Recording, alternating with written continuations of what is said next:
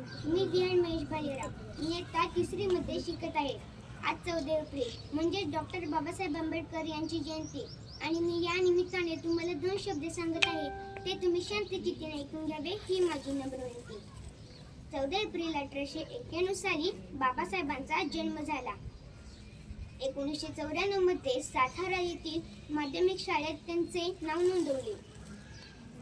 डिसेंबर 1998 मध्ये मस्तकशूळाने भीमाबाईचे निधन झाले.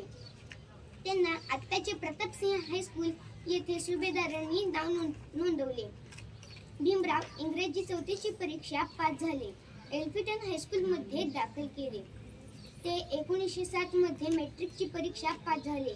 अस्पृश्य समाजातील ते मॅट्रिकची परीक्षा देणारे पहिले विद्यार्थी होते. त्यांचे अभिनंदन करण्यासाठी एक सभा ठेवली होती.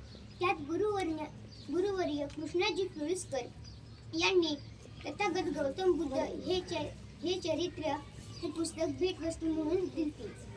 एप्रिल 1908 मध्ये सुभेदारांनी भिकूदत्रा यांची कन्या रमाबाई यांच्यासोबत त्यांचा विवाह केला.